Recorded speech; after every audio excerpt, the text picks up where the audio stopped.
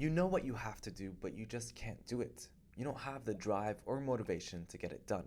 So you spend time doing anything but the work itself.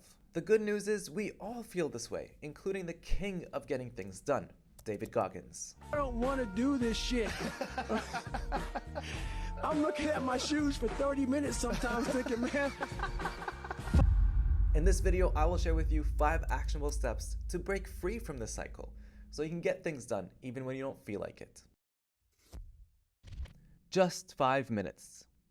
The process is difficult, but what is even more difficult is getting started. Don't overwhelm yourself thinking about everything you have to get done. Just pick one task and do it for 5 minutes. I usually find that I can go for much longer once I've started. I find my flow, if you will. So I trick myself into starting the work. I make my green tea and I say to myself, just 5 minutes. Even if you do as little as 5 minutes, that's okay, as long as you show up and do something. Give it a try. Create a building block.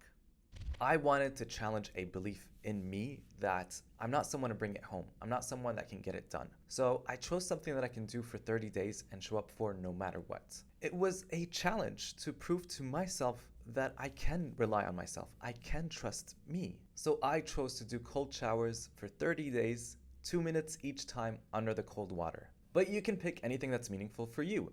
A morning walk for 10-15 minutes, stretching, yoga, journaling, writing, whatever you like. While taking cold showers, what I quickly discovered is that it created a building block for me that I can build on top of. So I was planning my day around it, and it created a routine, a structure. Having to show up for one small task made it easier for me to show up for another. The way I like to think of it is it's like a Tetris block.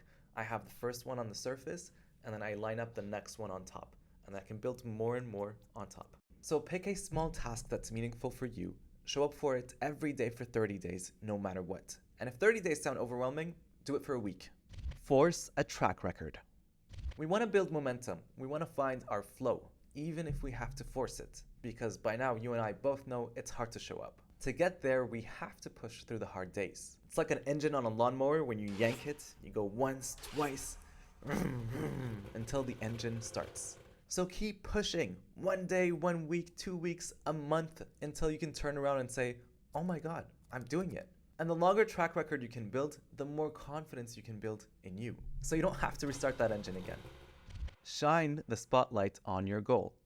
Doc Rivers is a former basketball coach for the Celtics, a team from Boston. Now the Celtics team has won many championships, but at that time they were doing a bad job. So he decided to shine the spotlight on where the championship banner would go if they did win. And it was right next to all the other banners they previously won as a team. So when the team would show up for practice, every day they're reminded of what they're working for. I try to shine the spotlight on my goals with a vision board. I have a vision board for my whole life. The things that I like to own, the lifestyle that I like to have. I also have a vision board for 1 year. This one has specific goals with specific numbers. For example, I like to save X amount of dollars within 12 months. What I like about a vision board is it helps me envision my goals, my why, and where the goalpost is. It's a source of motivation, and it helps me question, how can I get there? The change triangle, or what I like to call, what is this really about?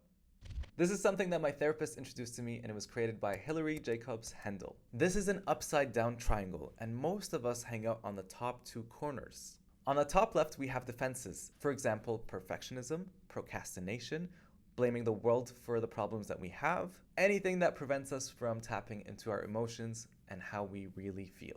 The top right corner are your inhibitory emotions: anxiety, shame, guilt. This is a very fun one for me. I hang out with my bestie, anxiety, and sometimes I feel guilty for not getting the work done, and then it creates more anxiety.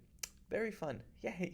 But both of these are trying to protect us from the core emotions, and there are a bunch. The biggest one for many of us, including myself, is fear.